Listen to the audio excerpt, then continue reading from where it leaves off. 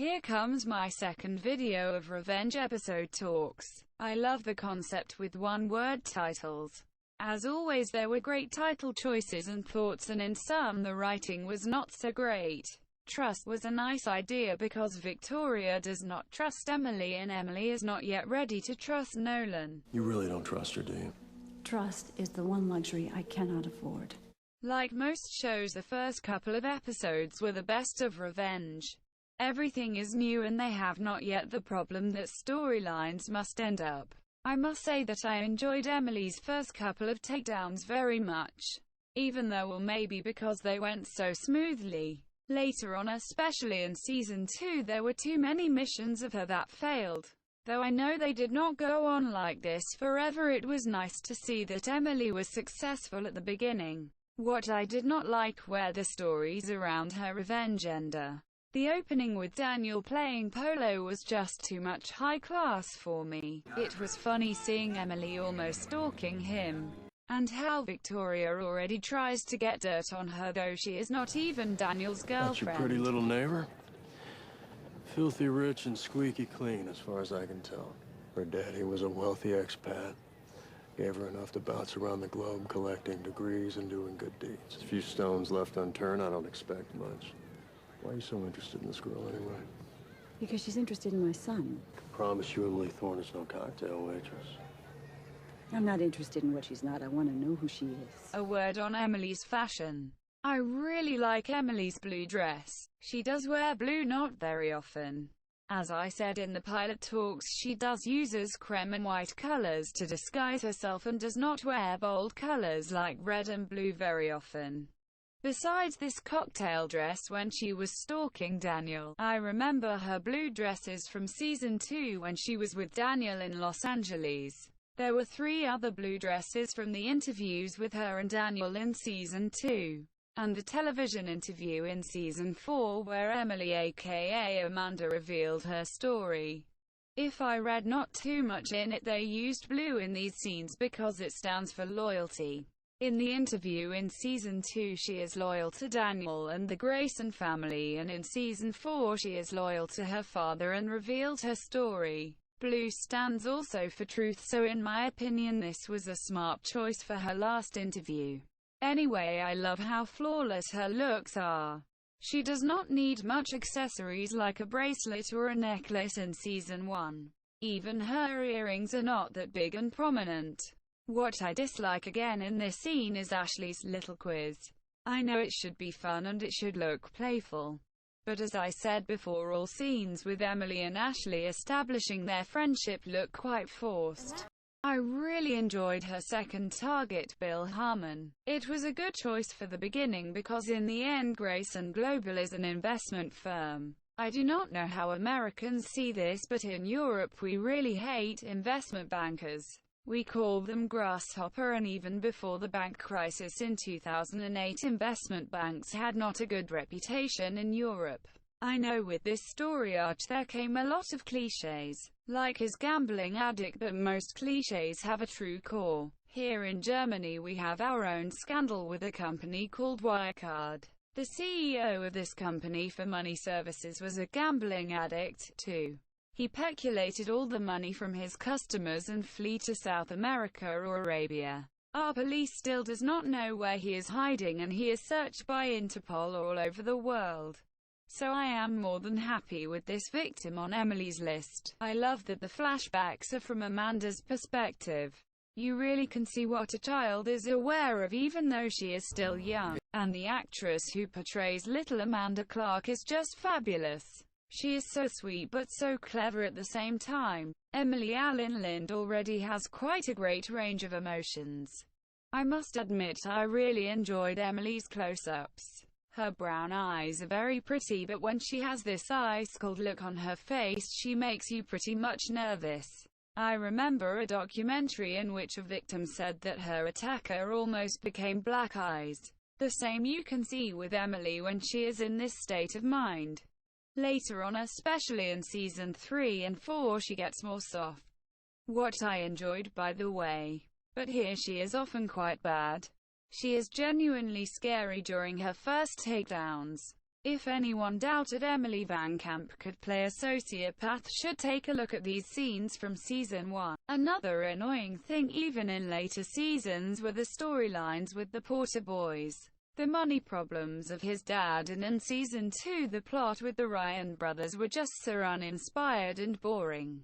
You could see these things from a mile away. I am sure these storylines should have made Jack and Declan more relatable and give the characters more weight, but it was just so predictable. And I think it was sad that they did get rid of Jack's and Declan's father this early in the show.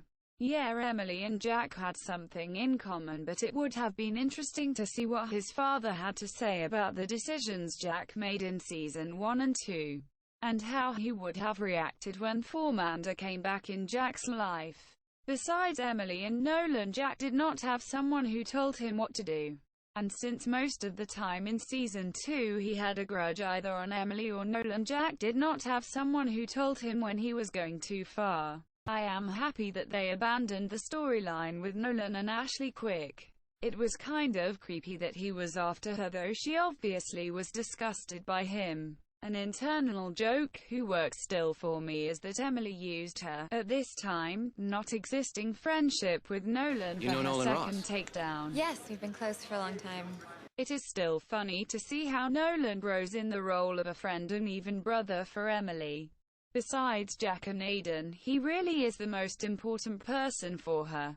And later on something like her conscious and a constant reminder, not only for the audience, when Emily is going too far with her revenge agenda. Just check your soul. Emily Thorne, guess once you start taking down kittens, I'm out. What I really loved about season 1 was that the puzzle of David Clarke's trial. The group of people involved got bigger and bigger with every episode. I know that this is the original plot by Dumas, but it still works today. Like in the original story The Count of Monte Cristo. You see how much people must have been involved in these kind of plot. I like the modern twist though. The video footage and the laptop plays not only with different time levels but different mediums. A word on Emily's hairstyle. The one thing that really improved in season 2 was Emily's hair.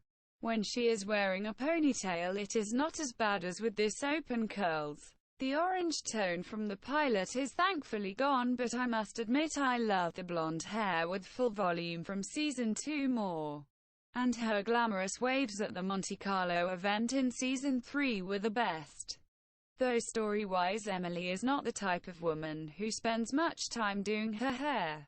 After all, she has looked good but still needs to get her revenge stuff done. So I assume she does not spend much time at the coiffeur. Besides Victoria's mistrust, I really liked the storyline around Frank. The actor is not so bad and I was sad that he was written off this fast from the show. In the early episodes, him trying to get behind Emily's secret and threatening her were the most interesting scenes. I know after he had found out who Emily really was, there was no way out because he would have told Victoria right away Emily's true identity. And then her whole mission would have been over. However, it was a nice dance, especially with the contrast of this ex-policeman and his stature on the one hand, and Emily, this seemingly fragile woman, on the other hand. Frank's obsession with Victoria was cheesy, but could have led to interesting scenes with Conrad. I would have liked to see them exploring his storylines a little further. Really sad was to see that Nolan wanted to buy Jack's friendship. That was very low. I know it was something like a theme about Nolan that he was an outsider and he felt alone before he met Emily. But even for him that was a desperate move. As I said in the pilot video, I hate that they made Jack dislike Nolan in the first couple of episodes. Jack is such a nice guy and it felt awkward that he did not want to be friends with Nolan. Maybe he thought ill of him because Nolan belonged to this rich world and the people who always looked down on him. But it is so out of character because Jack did not dislike Emily, though he should have had the same problems with her. Nolan is just one of the best characters on the show.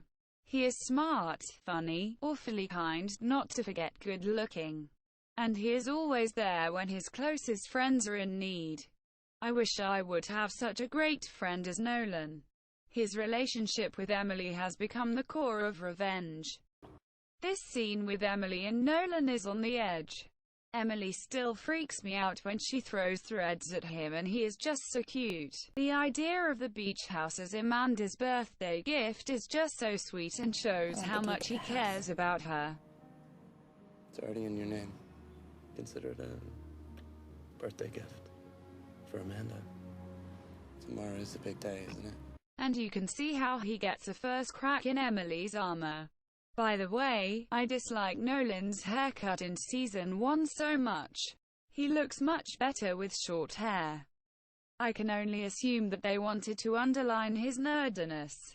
But why can a nerd not be a fashionista, too? You see in the later seasons how much Nolan enjoys fashion, so why does he have such a bad taste in his haircut? Though I do not like Declan this much, I felt genuinely sorry for him when Charlotte and her douchebag of boyfriend were around. She has a really gross taste in man. First her dealer friend mirrored by Margot's brother in season 4, and then Javier the ex-con in season 3. My dear Amanda, if you're reading this, then two things have come to pass. I am finally able to provide you the life you were unjustly denied. And sadly, I won't be able to share that life with you. What I forgot to mention in the pilot video was the topic of David's diaries and his voiceover. I hope these journals provide answers to the questions you've had all these years. I am not the man they say I am. And I did not do the things they say I did. I really like the idea of him leaving a roadmap to revenge for his daughter. It was like a testament and a duty at the same time. And I do not think this was unrealistic, because in jail you have plenty of time analyzing what went wrong in your life. The unfortunately cancelled show, For Life, plays with this motive too. The real story of a wrongfully convicted black man who becomes a lawyer to reach a retrial for his case was thrilling to watch. And at the beginning this man is the same situation as David Clarke was. He analyzes every person and every detail from his arrest till the verdict. I also enjoyed the twist in making Emily revenge the death of her father, because in the original by Dumas it was the Count himself who took revenge. But in this TV show it's the daughter who takes revenge for her father and for the things that happened to her. So there were two lives ruined in this story. What makes is double sad and disturbing. When everything you love has been stolen from you, sometimes all you have left is revenge. Like I said, this is not a story about forgiveness. It's the relationship with her father who is most important to Emily. That is kind of sad but admirable at the same time, because it is only her inner motivation and commitment that is driving her forward, not someone else. Now to Victoria and Emily in the second episode. I know it is more than unrealistic that the two can see each other from this distance, but I enjoyed their kind of Western-style face-off in this scene. I studied 4 years on a school only for girls, so I can relate with the danger of a catfight. Mean girls can be far more cruel than mean boys. And as a safe movie or TV show viewer it is such a fun to watch. That is why shows like Revenge and Gossip Girl work so good for me. They have smart girls, or in this case women, who fight hard with each other, not with violence but with words. Even though I enjoyed Victoria's and Emily's face-offs in season 3 and 4, it is good to see that they have not that much interaction in season 1 and 2. If you had seen more scenes with him I think we would have grown tired of them. It was a well-dosed mix in the first season. This interrogation scene with Victoria is fun because of Emily's underlining hints. Victoria cannot understand them, but the viewer is amused. Though there were not many opportunities for Emily to torture Victoria in season 1, mostly she was in the defense because of Daniel. Even more the celebration of Emily faking to get an email that she just got the hat. Victoria's look is really priceless, as Nolan points out. I wish I could have seen the look on Victoria's face. And don't say it was priceless, because that was bought and paid for, baby. A word on Emily's and Victoria's wardrobe. In this scene you can see how they tried to take the duality of the two women on the fashion stage.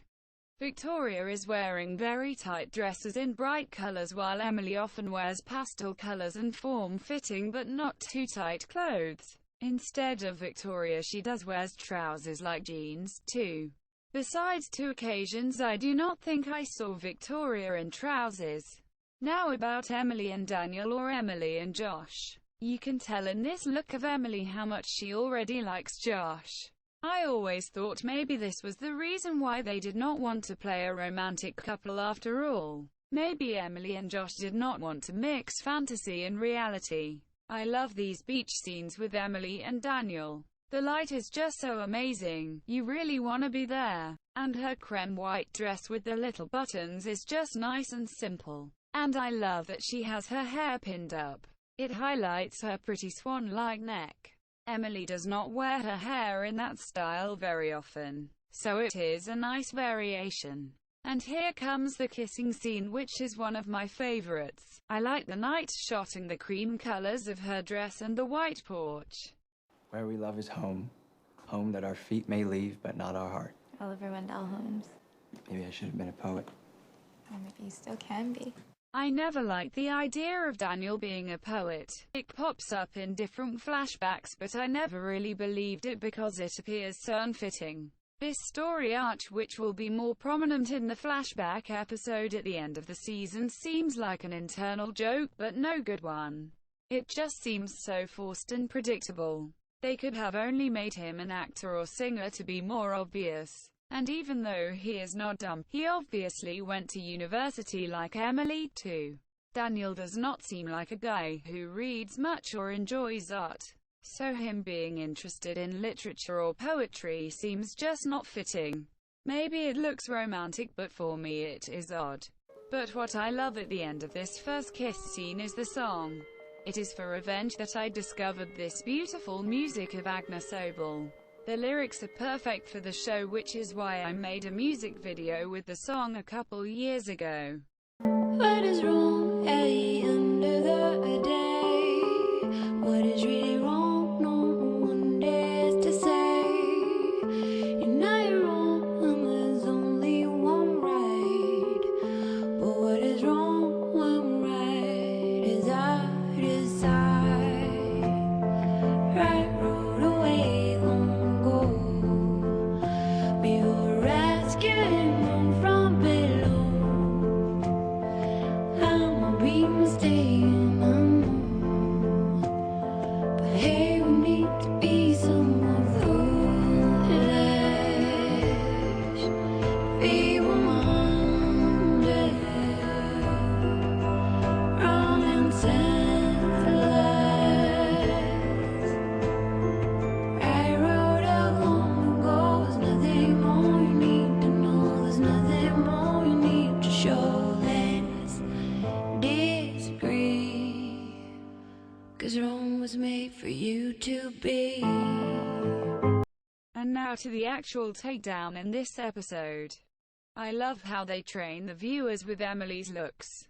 After a while, and even more when you re-watch the show, you can learn to pay attention to the same details Emily does while planning her revenge agenda.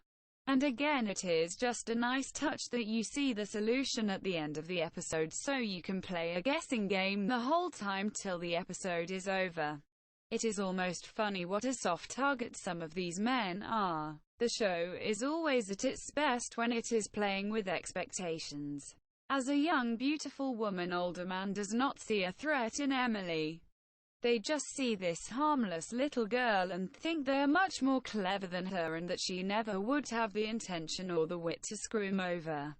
Another reason why I am so in love with the show, it plays with the society's expectations about women. A nice twist towards the original story, which really was a man's world. Some thoughts about Emily's cover story. I know this a TV show and no reality, but some logical errors just annoy me. At first I did not get how Emily managed to fake her identity this good, but I understand now it must have something to do with Takeda. Though I am still thinking that they were a little bit sloppy with her cover. Because the real Emily Thorne does not seem to be that smart to go to the university. And even when they switched names earlier, how did Emily get her degrees up? At least she tells Daniel and Charlotte that she was living on the street and her time in jail as a teenager. How did she manage to become a good student in the end? Maybe I am wrong, but I cannot put my head around that she could have get to a good university with her reputation. And here comes another annoying character, Lydia. Though she was annoying in a good way, I still admire her capability to withstand everything in this character trait. She resembles very much Emily. And what I underestimated till I rewatched the show were Lydia's sharp lines. She is almost as good as Nolan with this. Miss Davis? Thanks for picking me up on the street corner like a prostitute. I really enjoy hating her character and love to see her come back in season 3. Though, or even more, because she is really an unpleasant mix of a demanding mistress paired with arrogance and bitchiness. And again, is the color scheme here obvious? Lydia often wears green, a color that stands for envy and wickedness. I am not a fan of Emily and Jack in season 1 and 2. This back and forth with Amanda was just exhausting. But this scene with Jack I actually enjoyed. It shows how funny Jack can be if he wants to. Emily Thorne. I swear to God I'm not stalking you. Though I'm not sure the same could be said for my dog. Their looks, especially the ones from Emily, convey at least the feeling of a potential relationship between them. Though I always think I see more sadness and regret in Emily's eyes because she knows that she never can be with Jack until her mission is over. Nice to see you again. So Jack is like a constant reminder what she is giving up in her life. Some final thoughts on Emily's loneliness in the first episodes. There is a nice similarity between her looking at pictures of her father and pictures with her and Jack. In the end, Emily always mourned her stolen childhood. These memories of her and her father with Jack and Sammy at the beach were the luckiest moments in her life so far. For me, in its core, revenge is a really sad story because Emily was never really lucky after these innocent childhood days. Like the Count of Monte Cristo, who was imprisoned on his engagement party. I see why Daniel got in trouble at his party, too. He did not find true happiness until he was united with his fiancée again. In the first half of season 1, this was a big theme for Emily, being alone in her fight against the Graysons. Emily's loneliness in season 1, even though it is self-chosen, is hard to watch. What could be possibly more sad than to be alone at someone's real birthday and not be able to celebrate it because you pretend to be someone else with another birth date? I was happy when she had more scenes with Nolan.